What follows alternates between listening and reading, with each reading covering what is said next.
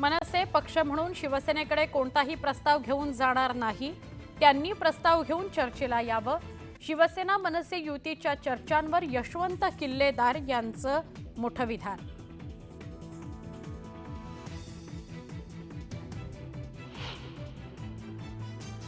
राज ठाकरेंच्या सभांना गर्दी होते, पण मतात परिवर्तित होत नाही ही गर्दी. ठाकरे बंधू एकत्र येणार असल्याच्या चर्चांवर शरद पवारांचं अनौपचारिक गप्पांमध्ये वक्तव्य. सामनाच्या मुखपृष्ठावर अनेक वर्षांनंतर झळकला राज आणि उद्धव ठाकरेंचा फोटो. युतीच्या चर्चा सुरू असताना सामनात झळकलेल्या फोटोची राजकीय वर्तुळात जोरदार चर्चा.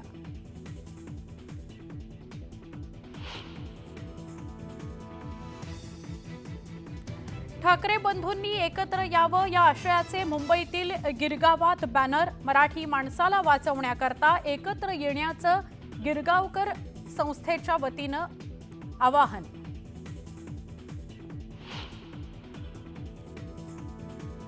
रवी वर्माच्या घरी सापडले इलेक्ट्रिक डिव्हाइस आणि डायरी. पेनड्राईव्हसह डायरीतल्या हस्ताक्षराची होणार पडताळणी.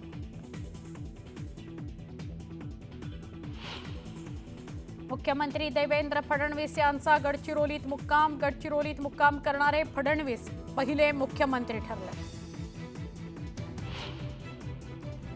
वाघ्या कुत्र्याचा पुतळा काढण्याची वेळ आली आहे. शिवरायांच्या समाधी शेजारी आपण दुसरी वास्तू कशी काय खपवून घेऊ शकतो? संभाजीराजेंचा सरकारला थेट सवाल. छत्तीसगडच्या इंद्रावती नॅशनल पार्कमधील चकमकीत 2 माओवाद्यांचा खात्मा. 3 दिवसांपासून सुरू होतं विशेष अभियान. तुळजापूर ड्रग्ज प्रकरणातील मुख्य सूत्रधार पिंटू गंगणे याला बेड्या. पोलिसांच्या हलगर्जीपणामुळे मिळालेला अटकपूर्व जामीन कोर्टानं फेटाळला.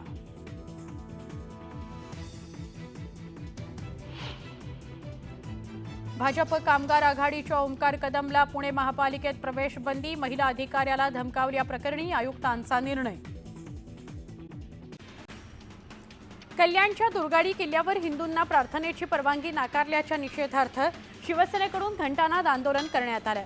यावेळी शिवसैनिकांची मोठी गर्दी बघायला मिळाली. कल्याणच्या लाल चौकी परिसरात मोठा पोलीस बंदोबस्त होता.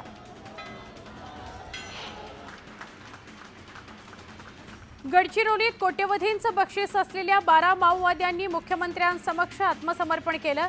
तर आत्मसमर्पण केलेल्या माओवाद्यांचा लग्न सोहळ्यालाही मुख्यमंत्र्यांनी उपस्थिती लावली.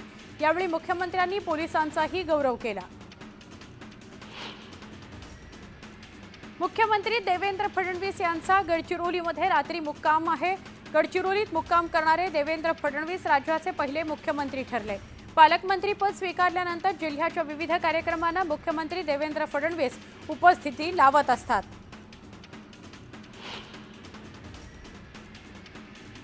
आम्ही गिरगावकर यांच्या वतीनं राज ठाकरे आणि उद्धव ठाकरे यांनी एकत्र यावं याकरता गिरगावात बॅनर्स लावण्यात आले. मराठी माणसाला वाचवण्याकरता एकत्र येण्याचं आवाहन करत बॅनरबाजी करण्यात आली. वाघ्या कुत्र्याचा पुतळा काढण्याची वेळ आलेली आहे.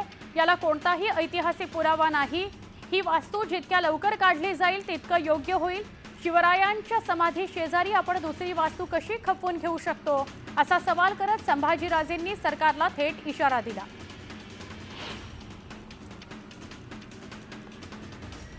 सातारा जिल्हा काँग्रेसच्या जिल्हाध्यक्षपदी रणजितसिंह देशमुख यांची नियुक्ती जाहीर करण्यात आली आहे. न्यूज 18 लोकमतच्या बातमीवर शिक्कामोर्तब करण्यात आलं. प्रदेशाध्यक्ष हर्षवर्धन सपकाळ यांच्या सूचनेवरून ही नियुक्ती करण्यात आलेली आहे.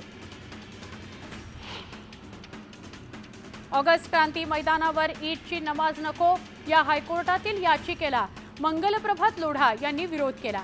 याकरता पोलिसांनी परवानगी नाकारण्याकरता लोढांनी पत्रही लिहिलेलं आहे. अशा प्रकारे याचिका करणं लज्जास्पद आहे असा हल्लाबोल देखील त्यांनी केला. हगवणे प्रकरणानंतर वेगवेगळे आरोप होत असलेले IPS अधिकारी जालिंदर सुपेकर यांनी पत्रकारांशी बोलणं टाळलं. मुजोरी केल्याचं बोललं जात आहे. दरम्यान मुख्यमंत्री देवेंद्र फडणवीस यांच्याशी चर्चा करून कारवाई करू असं उपमुख्यमंत्री एकनाथ शिंदे म्हणाले. तर पत्रकारांशी असं वागता कामा नये असं देखील शिंदे म्हणाले. भाजपच्या वतीनं खासदार संजय राऊत यांच्या विरोधात तीव्र निषेध नोंदवत त्यांचा पुतळा दहन करण्यात आला। राऊतांनी गिरीश महाजनांवर बिनबुडाचा आरोप केल्याचा कार्यकर्त्यांचं म्हणणं आहे। जळगावात उपमुख्यमंत्री एकनाथ शिंदेंनी लाडक्या बहिणीच्या पिंक रिक्षात बसून प्रवास केला। जळगावात उपमुख्यमंत्री एकनाथ शिंदे बसले यांचा लाडक्या बहिणीच्या पिंक रिक्षातून प्रवास झाला। उपमुख्यमंत्री एकनाथ शिंदे यांच्यासोबत रिक्षामध्ये मंत्री गुलाबराव पाटील आणि गिरीश महाजन सुद्धा उपस्थित होते। शिवसेनेचे पक्षप्रमुख उद्धव ठाकरे यांनी गुरुवारी रात्री 4 उपनेत्यांच्या नियुक्त्या जाहीर केल्या। नाशिकचे माजी जिल्हाप्रमुख दत्ता गायकवाड, जळगावचे सहसंपर्क प्रमुख गुलाबराव वाघ, रत्नागिरीचे माजी आमदार सुरेंद्रनाथ माने आणि जालन्याचे सचिन घायाळ यांचा यात समावेश आहे। विधान परिषदेचे सभापती राम शिंदे आणि विधानसभेचे अध्यक्ष राहुल नार्वेकर यांनी विधिमंडळ बैठकीत अधिकाऱ्यांना सुनावलं। विधिमंडळ सचिव जितेंद्र भोळे यांना सक्तीच्या रजेवर पाठवण्याचे स्पष्ट संकेत शिंदे यांनी दिले। तर कार्यालयीन वर्तन चांगलंच असलं पाहिजे, तुम्ही महाराष्ट्राला उत्तरदायी आहात हे लक्षात ठेवा, त्यानुसारच वागा असे खडेबोल देखील सुनावण्यात आले।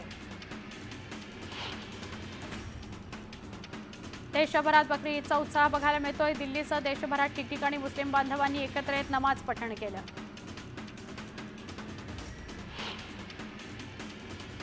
तुळजापूरच्या ड्रग्ज प्रकरणामध्ये मुख्य सूत्रधार विनोद उर्फ पिंटू गंगणे याला 7 दिवसांपूर्वीच कोर्टानं अटकपूर्व जामीन मंजूर केला होता। मात्र कोर्टानं तोच जामीन फेटाळला असून लगेच पोलिसांनी त्याला न्यायालयाच्या आवारातूनच आपल्या ताब्यात घेतलं। कल्याणी नगर अपघात प्रकरणात अल्पवयीन मोटार चालकासह त्याच्या मित्राच्या रक्ताचे नमुने बदलण्याकरता ससून रुग्णालयाच्या न्यायवैद्यक विभागाचा तत्कालीन प्रमुख डॉक्टर अजय तावरे याचाच हात होता।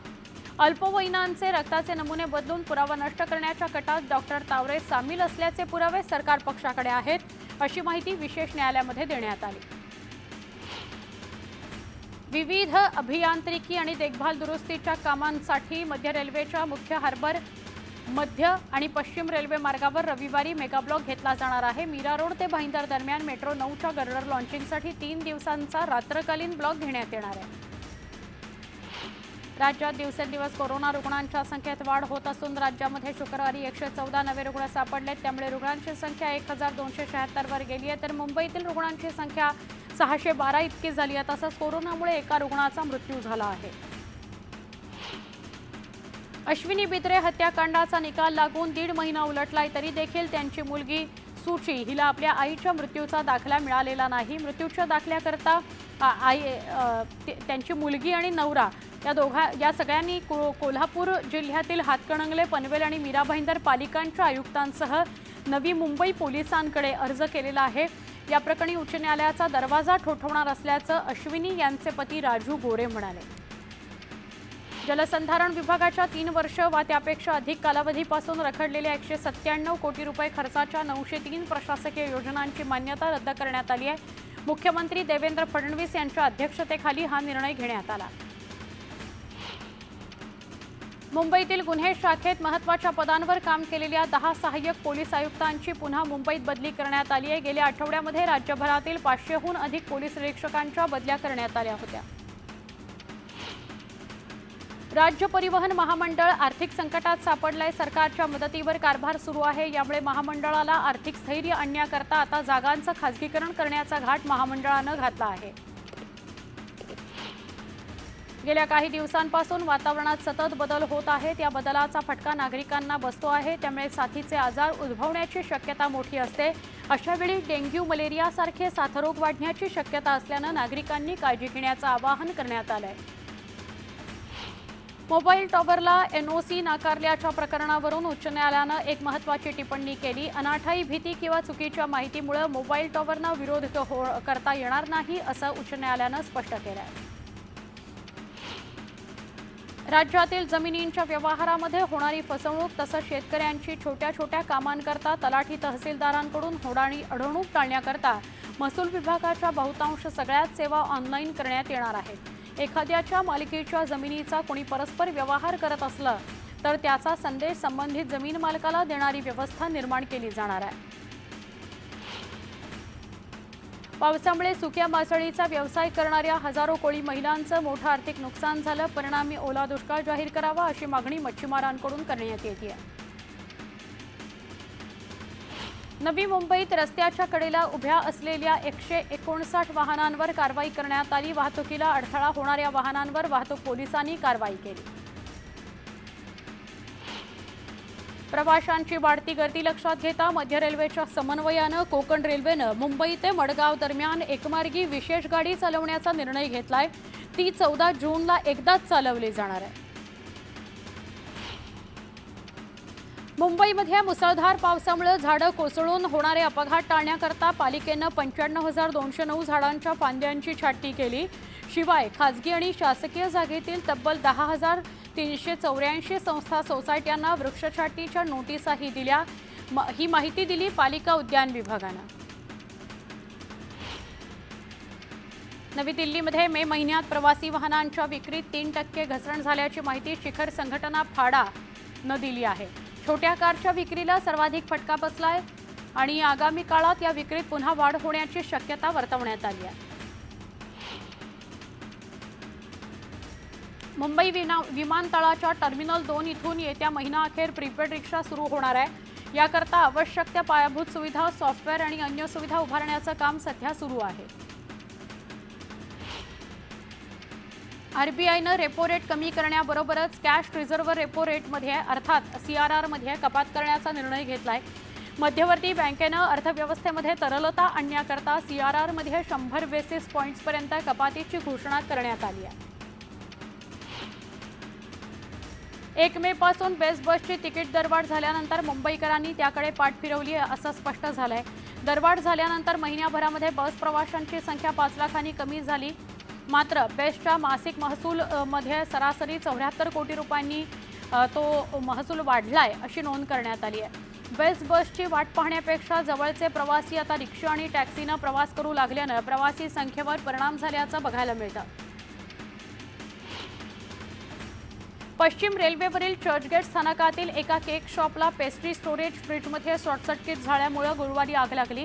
या प्रकरणी आता पश्चिम रेल्वेनं आगीचं कारण शोधण्याकरता एक समिती स्थापन केली आहे। समितीमध्ये Indian railway catering and tourism corporation, पश्चिम रेल्वेचा ऑपरेटिंग कमर्शियल आणि इलेक्ट्रिकल विभाग आणि रेल्वे प्रोटेक्शन फोर्स यांचा यात समावेश आहे।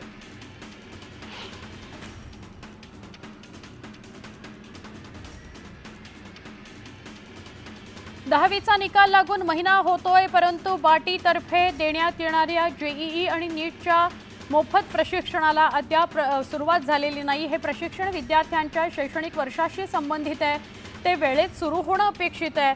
हजारो मागासवर्गीय विद्यार्थी या प्रशिक्षणाच्या प्रतीक्षेत आहेत। त्याचा मुहूर्त कधी निघणार असा प्रश्न विचारला जातोय।